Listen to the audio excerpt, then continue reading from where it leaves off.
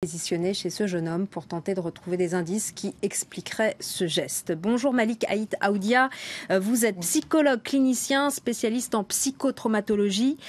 Comment est-ce possible que le commandant de bord et l'équipage n'aient pas vu, n'aient rien remarqué, n'aient pas vu à quel point il était déprimé et prêt à passer à l'acte? Oui, bonjour. Juste pour répondre à votre question, il est aussi important de dire à ce stade de l'enquête et des éléments dont on dispose, s'il s'avère que l'acte volontaire soit une hypothèse fort probable, le sens qu'on peut mettre dans le geste, parce que certains parlent de suicide, d'autres d'éventualité d'attentat, etc., ou d'accident, de malaise, donc toutes ces pistes. Oui, une mort subite, par exemple. Voilà, et j'entends encore des spécialistes. C'est possible. Absolument. Moi, je ne sais pas encore exclu.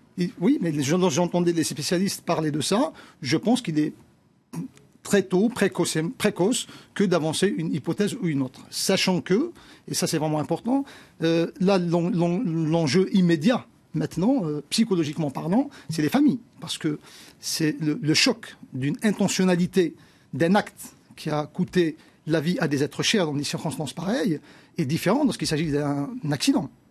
L'impact psychologique va être plus fort. Donc vous voyez un peu, c'est pour ça que je pense qu'on se doit de la réserve et surtout de beaucoup de prudence et dans l'analyse que nous pouvons éventuelle, que nous pouvons proposer. Donc la mort subite pour l'instant ou l'arrêt cardiaque par exemple n'est pas exclu, mais l'hypothèse du suicide est renforcée en tout cas par des antécédents de dépression, selon le journal allemand en tout cas Bild.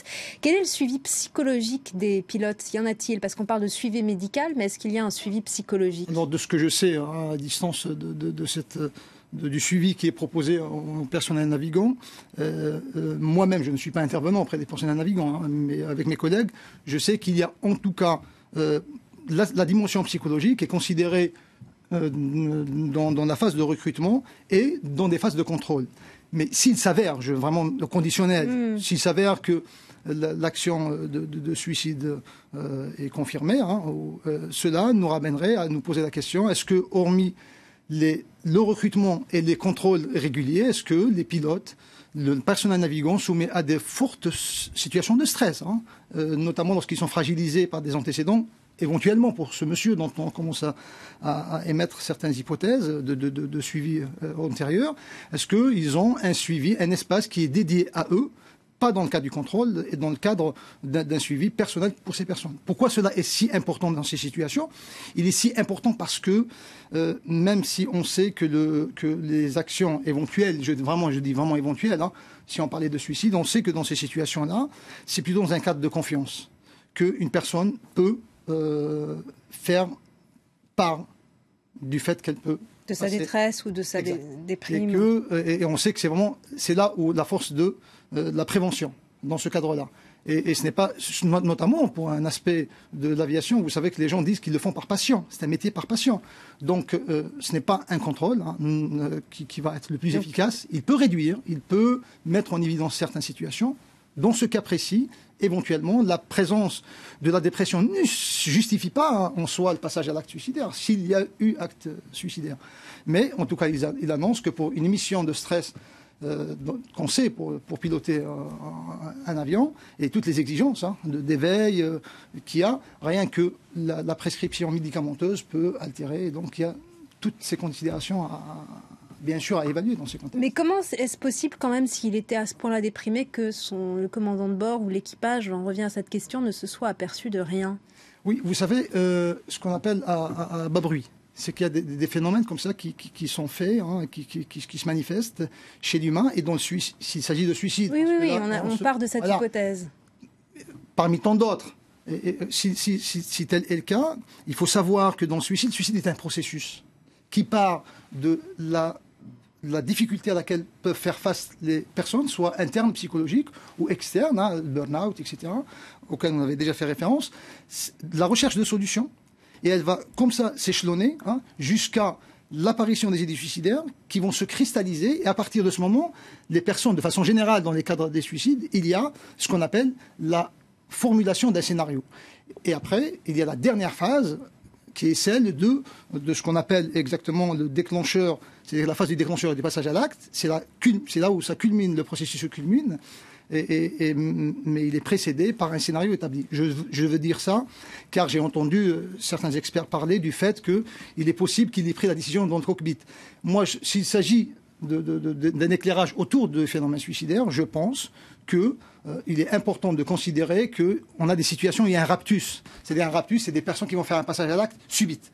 Mais très souvent, et notamment dans ce cas, si je dis bien si, l'hypothèse suicidaire se révélait être probable ou en tout cas étudiable, on peut considérer que le scénario était établi initialement, et donc ça renforcerait. Mais est-ce qu'il a pu avoir un coup de folie, tout simplement?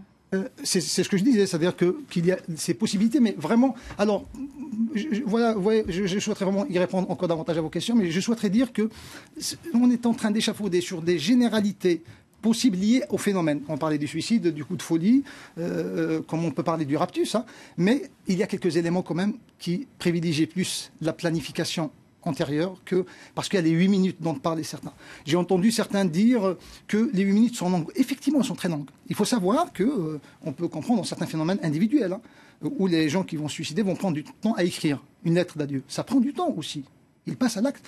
Donc pour vous, c'est anticipé et il était déterminé? Je ne peux pas affirmer à ce niveau par rapport à cette question, mais je dis si on entame l'étude de l'hypothèse suicidaire, il est important d'évaluer ces paramètres cliniques. Et je vais vous dire, on a des méthodes. On a des autopsies psychologiques qui existent. On a des méthodes. L'autopsie psychologique est une méthode validée depuis les années 60, fortement utilisée aux États-Unis pour comprendre pourquoi les adolescents se suicident. Et cette méthode, elle est non seulement validée scientifiquement, mais fort intéressante parce qu'elle va exploiter les facteurs, ce qu'on appelle les déterminants psychologiques, mais aussi les facteurs psychosociaux qui entourent. Par ailleurs, quand on a fait une dépression et qu'ensuite on va mieux, on n'est pas obligé d'en faire d'autres de dépression. Tout à fait. Je vous remercie de signaler ça parce que sinon on va commencer à générer aussi des stigmates. La dépression peut être traitée et on peut reprendre des activités professionnelles. Pour certaines activités professionnelles, bien évidemment, on considère ce facteur. Vous savez, les pilotes, s'il a un problème d'audition minime, il peut être déclaré inapte à piloter parce que c'est un métier hautement sensible et sensible dans le sens où on a besoin de beaucoup de vigilance, de beaucoup de vous savez, Tchernobyl, par exemple, lorsqu'on a fait l'enquête, on a compris qu'il y avait un problème de sommeil derrière. Il n'y a pas d'incident simple à négliger dans une telle enquête. Et c'est pour cela qu'il est prudent, à ce stade, si il s'avère que la volonté humaine est fort probable, il faut voir quel sens elle peut prendre. Merci beaucoup, Malik Aït Aoudia, pour vos explications. Merci à vous. La coalition